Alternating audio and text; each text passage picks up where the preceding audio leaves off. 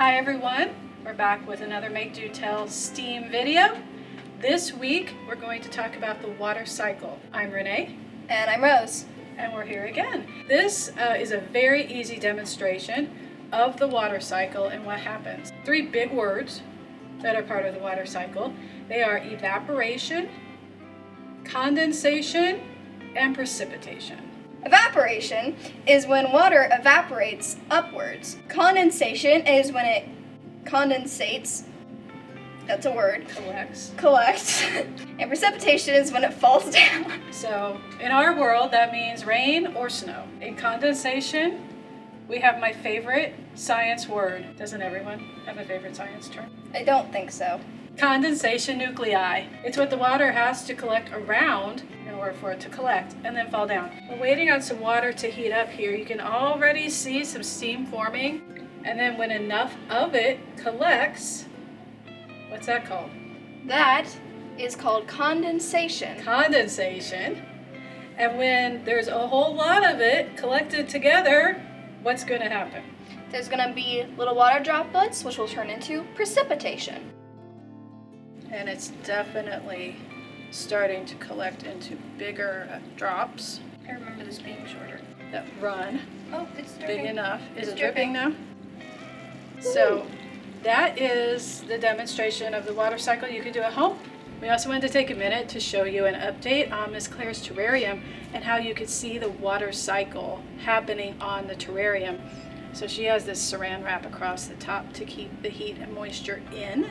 And you can see that those drops of water are collecting up here. The heat from inside is making the water evaporate up to the top, collect, and then go back down as precipitation. Sure. For our second experience today, we're going to show you a whole lot of things that sink and float. Whether something sinks or floats depends on its density. We're going to experiment with some things and decide whether they sink or whether they float. What do you want to choose first, Rose? How about we choose the person? Make your hypothesis. Will it sink or will it float? I'm going to say float. Okay. I'll say sink, because you didn't. 3, 2, 1. Ooh, floater. Okay, next. We have a scuba diver and a construction worker. Sure, let's see. I say float. I'm gonna say sink. Okay. You would be correct. They float. 3, 2, 1. Whoa, all right. Oh, how realistic. Nope, you're upside down. Nope. I don't like it upside down. There we go. So if you've been to the Central Library Case Department, you've probably come across these cubes. What do you think about these? I'm gonna say float, even though I want to say sink. All right, let's see.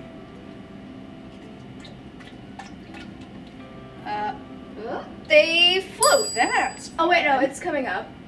Is it? Yeah, it's coming up I very see a little slowly. tiny water bubble or air bubble.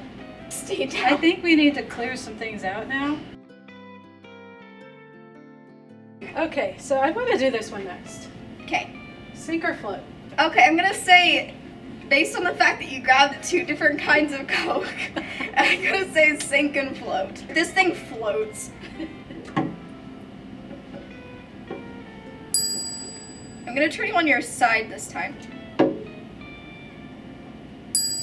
Why is it floating upside down? Why is it floating Wait. at all? I actually don't know. Is the caffeine, like, heavy? It's not caffeine. Is They the both have caffeine- caffeine in it. What's the difference between Coke and Diet Coke then?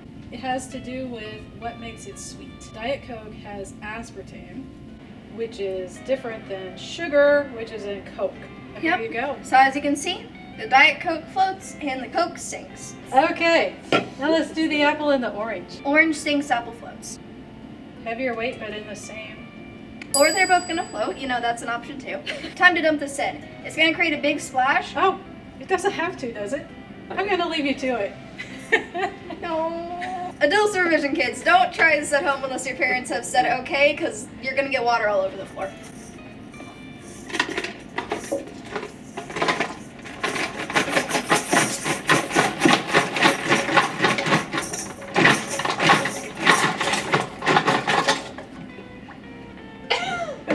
So yeah, this thing is now full, and That's as you can really see, very interesting. few toys actually floated. So what can you find to experiment in your house? You could do this in the bathtub. You could do this in the kitchen sink. You could do this in a swimming pool, in a little wading pool. You could get an aquarium. You could get a bucket. Water experiments are super fun because you can clean them up easily. They don't stain. You can dry things off. Make sure it's something that can get wet before you put it in the water. Yeah. But enjoy playing around with what you have at home and figuring out the density of different objects in your own house. We have another visitor with us to wrap up the end of our video. Sir Rex. Sir Rex, Sir T-Rex. Okay, why is there a dinosaur here, Rose? Well, because, dear viewers, if you have ever drinking water, you have most likely drinking dinosaur pee. It's true. See, what happens is, over the years, all the water in the world has gone through the cycle multiple times, which means that all the dinosaurs' pee has at least some portion in the water that we drink today, even if it's been filtered through about a bajillion times. Which means that this has had dinosaur pee in it. So cheers. Drink your water. Remember to like, subscribe, and hit the notification bell so you never miss a video. And drink your water.